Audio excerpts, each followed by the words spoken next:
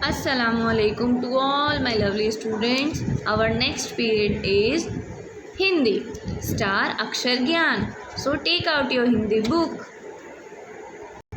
तो बच्चों आज हमारा अगला जो अक्षर है वो है ए से एड़ी। कहाँ है एड़ी? ये रहे। ए से एड़ी, ए से एड़ी।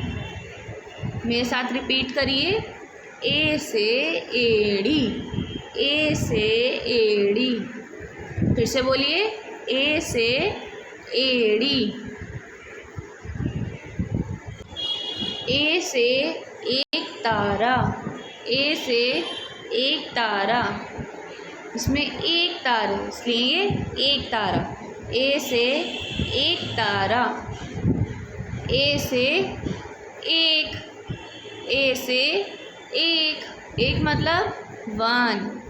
ए से एक, ए से एक तारा, ए से एक। चलिए फिर से पढ़ते हैं। ए से एड़ी, ए से एड़ी, ए से एड़ी, ए से एड़ी। ए से एक तारा, ए से एक तारा, ए से एक, ए से एक, ए से एड़ी, ए से एक तारा, ए से एक। तो आज हमने क्लास में क्या अक्षर याद किया?